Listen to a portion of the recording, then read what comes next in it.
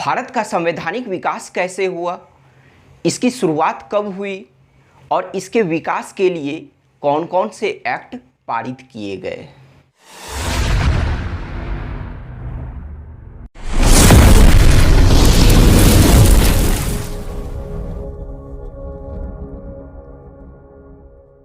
Hello everyone, मैं सुमित, आप सभी का मेरे YouTube चैनल सैकी जीके पर स्वागत है।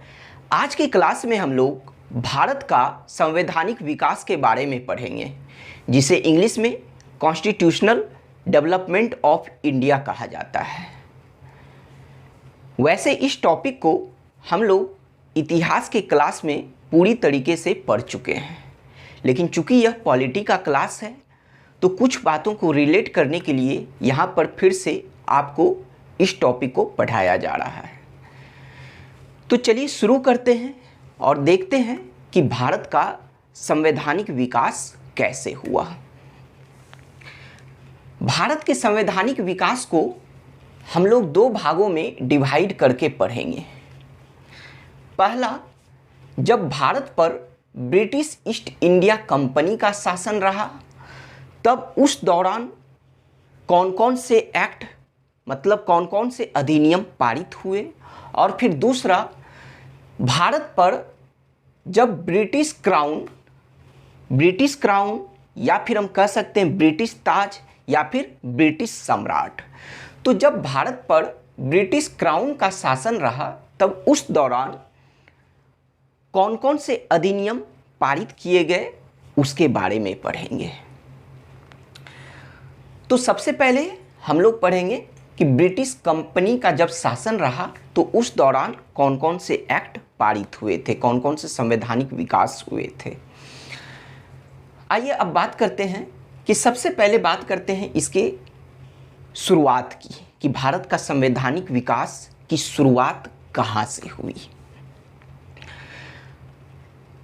तो भारत का संवैधानिक विकास ईस्ट इंडिया कंपनी की स्थापना के साथ प्रारंभ हुई, और ईस्ट इंडिया कंपनी की स्थापना एक चार्टर के द्वारा या फिर हम कह सकते हैं एक राजलेख के द्वारा या फिर एक आदेश पत्र के द्वारा हुआ था, जिसे 1600 ईस्वी का चार्टर एक्ट या 1600 ईस्वी का राजलेख कहा जाता है।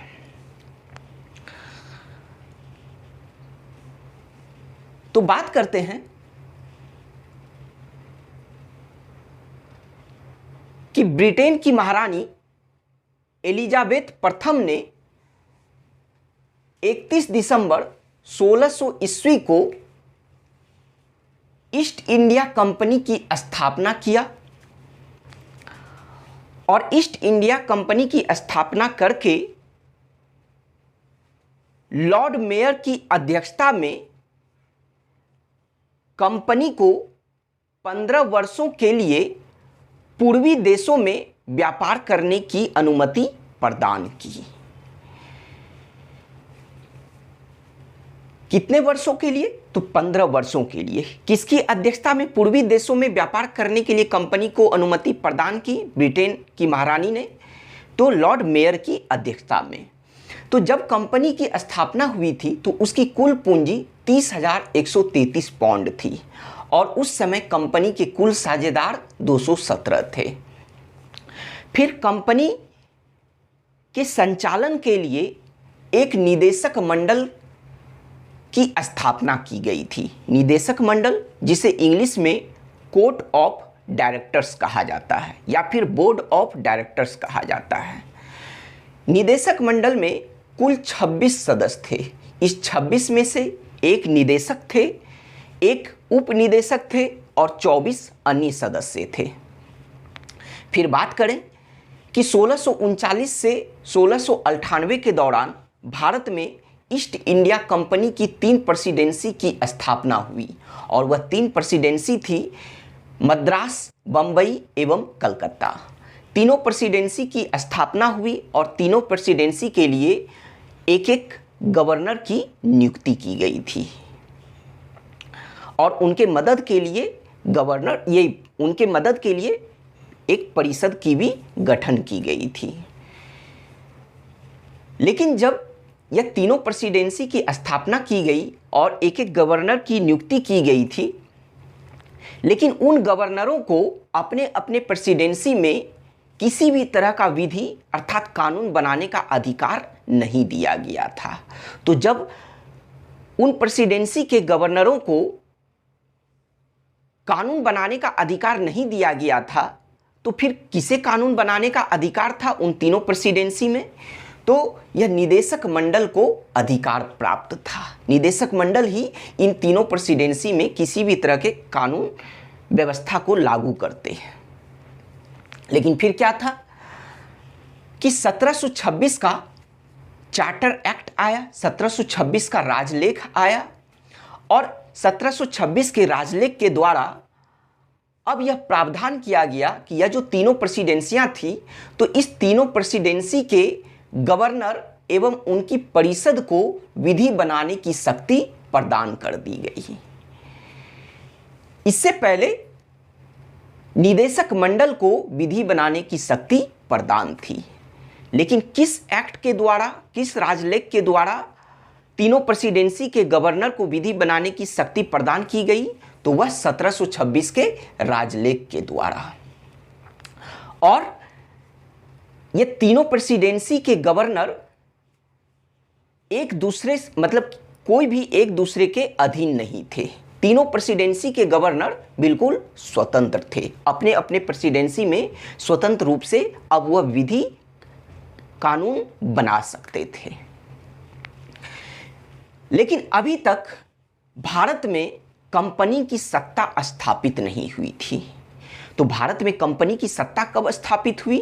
तो 23 जून 1757 ईस्वी को प्लासी का युद्ध हुआ और उसी प्लासी युद्ध के बाद भारत में ब्रिटिश ईस्ट इंडिया कंपनी की सत्ता स्थापित हुई और बंगाल के पहले गवर्नर रॉबर्ट क्लाइव बने।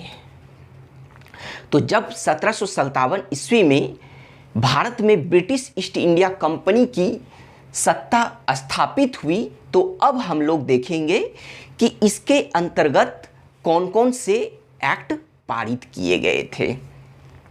तो चलिए, यह जो दो भागों में हम लोग पढ़ते, तो फर्स्ट की बात कर रहे हैं। यहाँ पे लिखा हुआ ब्रिटिश कंपनी के शासन के अंतर्गत पढ़ेंगे, जो मतलब एक्ट का यहाँ ईस्वी लिखा गया है 1773 से 1858 के दौरान, यानी जो भी संवैधानिक विकास हुआ था।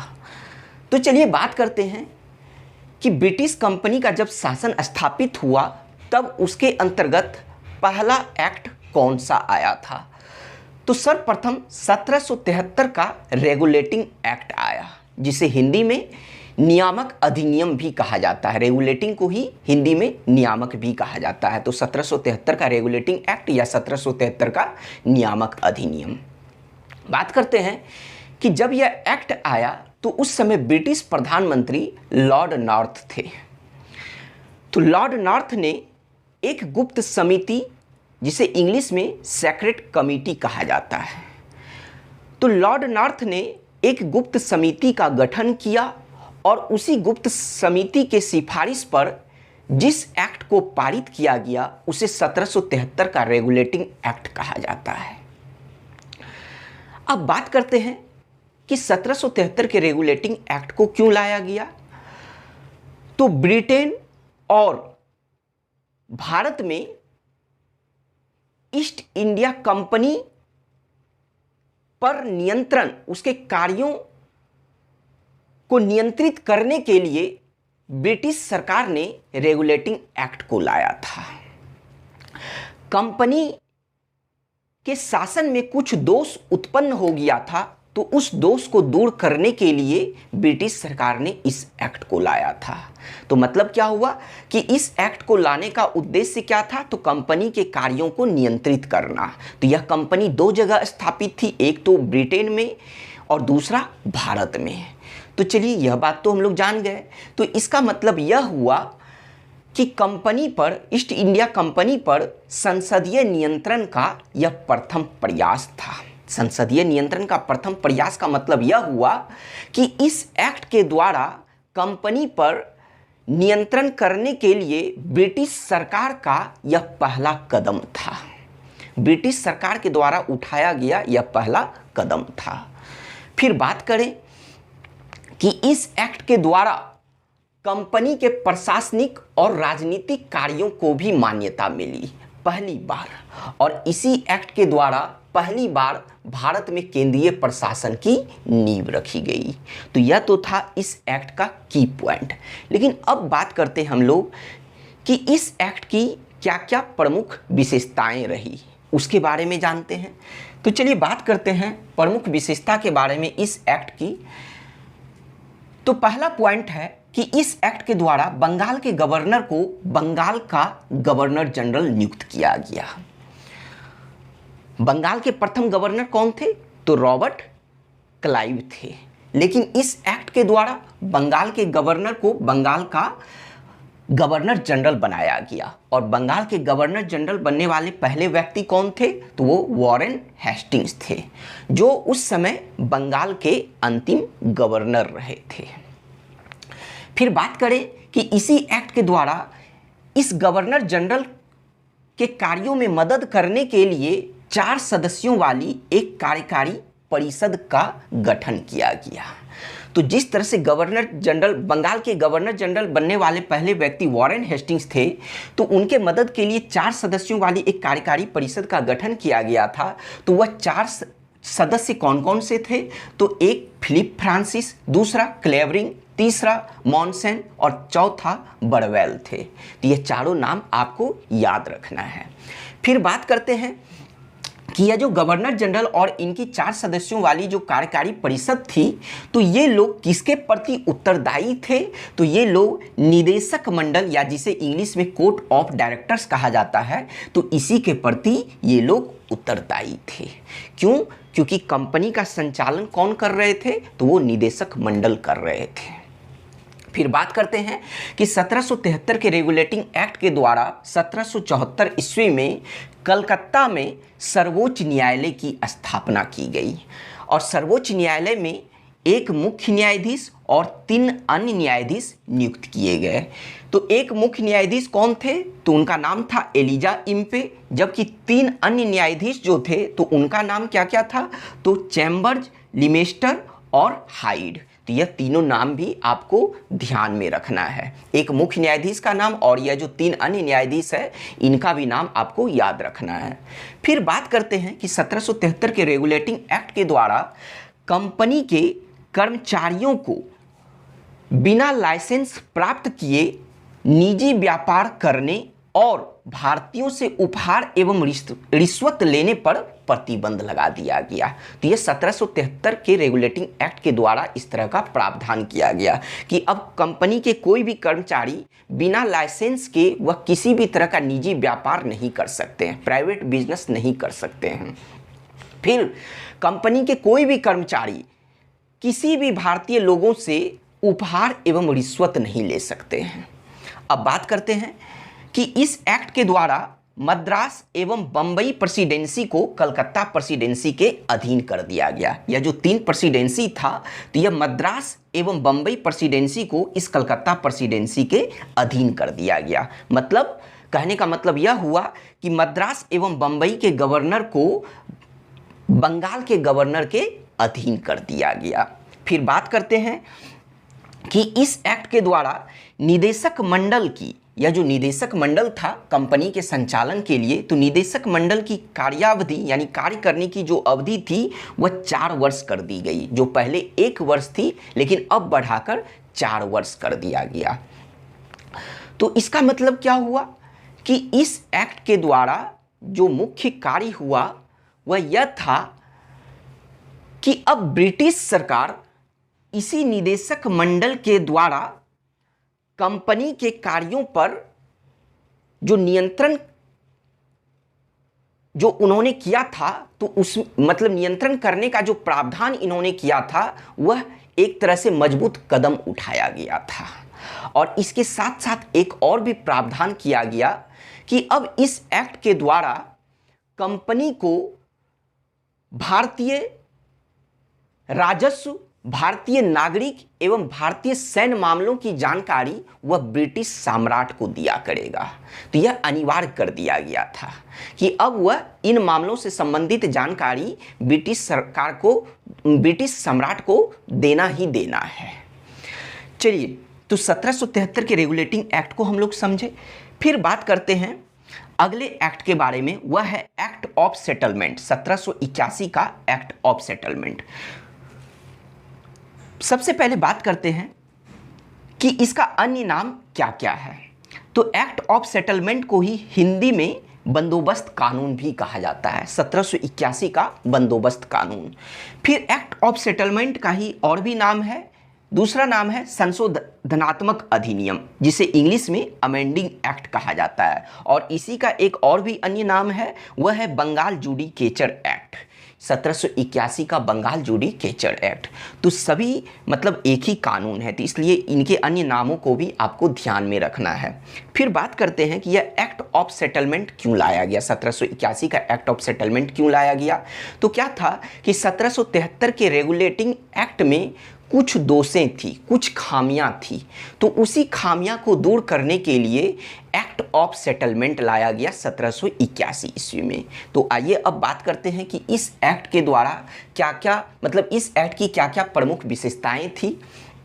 तो सबसे पहले बात करें कि इस एक्ट के द्वारा गवर्नर जनरल इन काउंसिल को, गवर्नर जनरल इन काउंसिल का मतलब हुआ गवर्नर जनरल एवं उनके परिषद को, तो गवर्नर जनरल इन काउंसिल को सर्वोच्च न्यायालय की, सर्वोच्च न्यायालय मतलब सुप्रीम कोर्ट या फिर उच्चतम न्यायालय भी इसे कहा जाता है, तो सर्वोच्च न्यायालय की अधिकारिता से इसे मुक्त कर दिया गया। लेकिन थोड़ा सा रुकिए, जब सर्वोच्च न्यायालय की बात हुई तो यहाँ पर एक पॉइंट और है कि सर्वोच्च न्यायालय की जो स्थापना की गई थी वह एक अभिलेख न्यायालय था और इसके खिलाफ अपील जो की जाती थी वह प्रीवी काउंसिल में की जाती थी। प्रीवी काउंसिल क्या होता है, तो ब्रिटिश सम्राट को सलाह देने के लिए उनकी एक अपनी काउंसिल थी, कुछ सदस्यों वाली एक परिषद थी जिसे प्रीवी काउंसिल कहा जाता है। तो सुप्रीम कोर्ट के खिलाफ अगर कहीं अपील की जाती थी तो वह प्रीवी काउंसिल में की जाती थी। चलिए अब यहाँ पर बात करते हैं। तो 1781 के एक्ट ऑफ सेटलमेंट के द्वारा गवर्नर जनरल इन काउंसिल को सर्वोच्च न्यायालय की अधिकारिता से मुक्त कर दिया गया। इसका क्या मतलब हुआ, इसका मतलब यह हुआ कि अब गवर्नर जनरल के जो परिषद थे वह कोई भी अगर कानून बनाएंगे तो उसका पंजीकृत, उस कानून को पंजीकृत करने के लिए उसे सर्वोच्च न्यायालय के पास अब नहीं जाना पड़ेगा, यानी सर्वोच्च न्यायालय के पास अब उन्हें पंजीकृत करवाने की कोई ज़रूरत नहीं रहेगी। फिर बात करते हैं दूसरे प्रावधान के बारे में। तो दूसरा प्रावधान था कि प्रांतीय न्यायालय, प्रांतीय न्यायालय जिसे इंग्लिश में प्रोविंशियल कोर्ट कहा जाता है। तो प्रांतीय न्यायालयों की अपील GIC, शॉर्ट में GIC लिखा गया है, मतलब गवर्नर जनरल इन काउंसिल। तो प्रांतीय न्यायालयों की अपील अब गवर्नर जनरल इन काउंसिल के यहाँ दायर होगी। कहने का मतलब यह हुआ कि इस एक्ट के पहले प्रांतीय न्यायालयों की अपील जो है वह सर्वोच्च न्यायालय में दायर की जाती थी, लेकिन अब इस एक्ट के द्वारा प्रांतीय न्यायालयों की appeal governor general in council के यहाँ दायर होगी, सुप्रीम कोर्ट में अब दायर नहीं होगी। फिर बात करते हैं कि इसके अलावा यह भी प्रावधान किया गया कि अब प्रांतीय न्यायालयों से संबंधित किसी भी तरह का नियम कानून बनाने का अधिकार अब गवर्नर जनरल इन काउंसिल को दिया गया, सुप्रीम कोर्ट से वह अधिकार छीन लिया गया। फिर बात करते हैं अगले प्रावधान के बारे में। तो अगला प्रावधान था इस एक्ट का कि सर्वोच्च न्यायालय की राजस्व अधिकारिता को भी समाप्त कर दिया गया। तो इसका मतलब क्या हुआ कि राजस्व से संबंधित जो भी मामले, चाहे वह राजस्व वसूली का ही क्यों ना हो, तो उन सभी को जो है अब सुप्रीम कोर्ट के क्षेत्राधिकार से मतलब बाहर निकाल दिया गया। अब उसके क्षेत्राधिकार में राजस्व मामलों को भी नहीं रखा गया था। फिर बात करते हैं अगले प्रावधान के बारे में जो यहाँ नहीं लिखा गया है, तो उसे नोट कीजिएगा आप लोग। तो अगला प्रावधान यह था कि कलकत्ता के जितने भी निवासी थे उन सभी को सुप्रीम कोर्ट के क्षेत्राधिकार के अंतर्गत लाया गया और फिर यह व्यवस्था की गई कि हिंदुओं से संबंधित जो भी मामले होंगे तो वह हिंदुओं के निजी कानूनों के हिसाब से सुनाए जाएंगे, निपटाए जाएंगे। और फिर उसी तरीके से मुस्लिमों के जो भी मामले होंगे तो मुस्लिमों के निजी कानूनों के हिसाब से उनके मामले को निपटाए जाएंगे। तो यह भी 1781 के एक्ट ऑफ सेटलमेंट के द्वारा प्रावधान किया गया था। अब फिर बात करते हैं अगले एक्ट के बारे में। तो अगला एक्ट है पिट्स इंडिया एक्ट, 1784 का पिट्स इंडिया एक्ट। क्या हुआ कि 1773 के रेगुलेटिंग एक्ट में जो कुछ खामियां थी तो उस खामियां को दूर करने के लिए 1781 का एक्ट ऑफ सेटलमेंट लाया गया, लेकिन वह पूरी तरह से सफल नहीं रहा। तो इसी वजह से फिर से 1773 के रेगुलेटिंग एक्ट की खामियां को दूर करने के लिए 1784 का पिट्स इंडिया एक्ट लाया गया। तो फिर बात करते हैं इसके बारे में कि जब यह एक्ट लाया गया तब इस एक्ट के द्वारा कंपनी के मामलों में ब्रिटिश सरकार का पहली बार नियंत्रण स्थापित हो गया। तो समझिएगा, एक लाइन यहां पर लिखा गया था कि कंपनी पर संसदीय नियंत्रण का प्रथम प्रयास, यानी ब्रिटिश सरकार का प्रथम प्रयास। अभी यहां पूर्ण तरीके से नियंत्रण स्थापित नहीं हुआ था, बस यह पहला प्रयास था 1773 के रेगुलेटिंग एक्ट के द्वारा। लेकिन 1784 के पिट्स इंडिया एक्ट के द्वारा अब कंपनी के मामलों में ब्रिटिश सरकार का पहली बार नियंत्रण स्थापित हो चुका था। कैसे स्थापित हुआ अभी उसे हम लोग समझेंगे। तो चलिए बात करते हैं इसके द्वारा क्या क्या प्रावधान किया गया। तो प्रावधान था कि कंपनी के व्यापारिक एवं राजनीतिक क्रियाकलापों को अलग किया गया। यानी इस एक्ट से पहले कंपनी के व्यापारिक एवं राजनीतिक क्रियाकलाप साथ साथ चल रहे थे, यानी उनको देखने वाला एक निदेशक मंडल थे। लेकिन इस एक्ट के द्वारा क्या किया गया कि कंपनी के व्यापारिक एवं राजनीतिक क्रियाकलापों को अलग अलग कर दिया गया। तो अलग अलग जब किया गया तो आइए इसे समझते हैं। तो सबसे पहले बात करते हैं व्यापारिक क्रियाकलाप के बारे में। तो अब व्यापारिक क्रियाकलाप को कौन देखा करेगा? तो पहले से जो निदेशक मंडल जो स्थापित थी तो वही निदेशक मंडल अब व्यापारिक से संबंधित जो भी मामले होंगे, जो भी क्रिया होगी तो उसका देखरेख निदेशक मंडल करेगा। लेकिन जो अब यह राजनीतिक क्रियाकलाप है जिसे पहले निदेशक मंडल ही देखा करता था, लेकिन पिट्स इंडिया एक्ट के द्वारा अब क्या हुआ कि राजनीतिक क्रियाकलापों को अब देखने के लिए एक नियंत्रक मंडल की स्थापना की गई। नियंत्रक मंडल जिसे इंग्लिश में बोर्ड ऑफ कंट्रोल कहा जाता है। तो निदेशक मंडल को इंग्लिश में कोर्ट ऑफ डायरेक्टर या ये बोर्ड ऑफ डायरेक्टर कहा जाता है और उसी तरीके से नियंत्रक मंडल को बोर्ड ऑफ कंट्रोल कहा जाता है। तो चलिए समझते हैं। व्यापारिक क्रियाकलाप तो समझ में आता है कि व्यापार से संबंधित जो भी मामले होंगे, लेकिन राजनीतिक क्रियाकलाप का मतलब क्या हुआ कि राजनीतिक क्रियाकलाप के अंतर्गत 3 बातें आती है। कौन कौन सी? एक सैनिक कार्य, दूसरा असैनिक कार्य, असैनिक कार्य कहने का मतलब आम नागरिक से संबंधित कार्य, और तीसरा राजस्व संबंधी कार्य। ये तीनों कार्य राजनीतिक क्रियाकलाप के अंतर्गत आता है। और इस एक्ट के द्वारा अब राजनीतिक क्रियाकलाप को देखने के लिए किसकी स्थापना की गई? तो नियंत्रक मंडल अर्थात बोर्ड ऑफ कंट्रोल की स्थापना की गई। यह जो नियंत्रक मंडल की स्थापना की गई तो इसमें कुल 6 सदस्य थे, मतलब 6 सदस्यों वाली एक नियंत्रक मंडल की स्थापना की गई। और उस 6 सदस्य में से एक अध्यक्ष, एक राज्य सचिव और 4 प्रीवी काउंसिल के सदस्य होते थे।